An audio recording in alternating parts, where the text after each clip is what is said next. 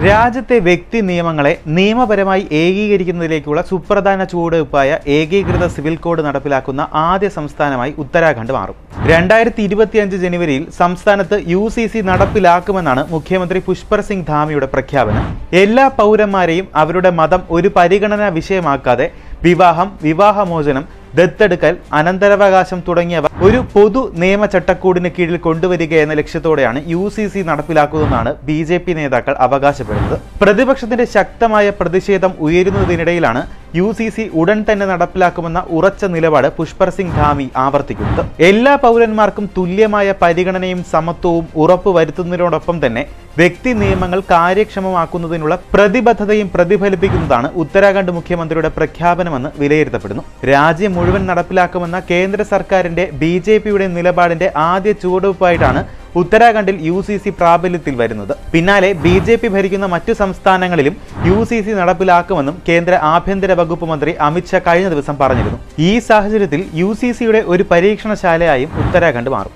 UCC നടപ്പിലാക്കുന്നതോടെ എല്ലാ മതത്തിലെയും ദ്വിഭാര്യത്വം നിരോധിക്കപ്പെടും. മുത്തലാഖ്, ഖുല, സിഹാർ തുടങ്ങിയ സമ്പ്രദായങ്ങൾ ഉൾപ്പെടെ ഇത് നിരോധിക്കപ്പെടും. നിയമവിരുദ്ധമായ വിവാഹമോചനങ്ങളെ ക്രിമിനൽ കുറ്റമാക്കുന്നു. പ്രസക്തമായ ഏതെങ്കിലും ചടങ്ങിലൂടെയോ ആചാരത്തിലൂടെയോ നടത്തുന്ന വിവാഹത്തെ നിയമപരമായി അംഗീകരിക്കും. നിർബന്ധിത വിവാഹ രജിസ്ട്രേഷനും ഇതിലൂടെ സാധ്യമാകുന്നു. ദമ്പതികൾ അവരുടെ വിവാഹം നിയമപരമായി രജിസ്റ്റർ ചെയ്യണം. ഇതിൽ വീഴ്ച വരുത്തിയാൽ 25,000 രൂപ വരെ പിഴ ചുമത്തും.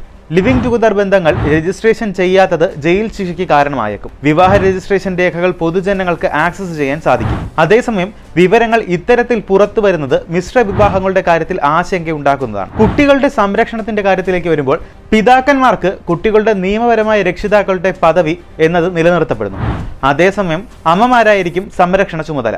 5 വയസ്സിന് താഴെയുള്ള കുട്ടികളുടെ സംരക്ഷണം അമ്മമാർക്കായിരിക്കും. വിവാഹ ബന്ധത്തിലോ അല്ലെങ്കിൽ ലിവിംഗ് ടുഗദർ റിലേഷനിലോ ജനിച്ച കുട്ടികളെല്ലാം തുല്യമായ അനന്തരാവകാശം നിയമം ഉറപ്പുവരുത്തുന്നു. ദത്തെടുക്കൽ വ്യവസ്ഥയിലേക്ക് വരുമ്പോൾ Hindu adoption and maintenance act, juvenile justice act എന്നിവ ദത്തെടുക്കൽ രീതിക്ക് മാർഗനിർദ്ദേശം നൽകുന്നത് UCC വന്നാലും തുടരും.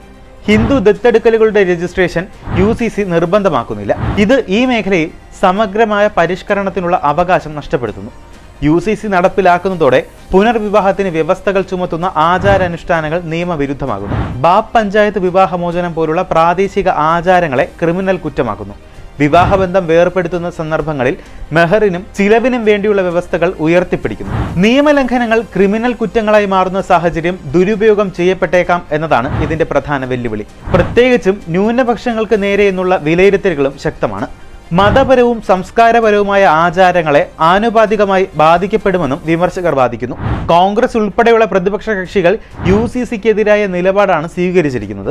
രാജ്യം കാത്തു സൂക്ഷിക്കുന്ന വൈവിധ്യങ്ങളുടെയും മതപരമായ വ്യവസ്ഥകളുടെയും പൂർണ്ണമായും ഇല്ലാതാക്കി കളയുന്നതാണ് UCC എന്ന് വിമർശനങ്ങളുണ്ട്.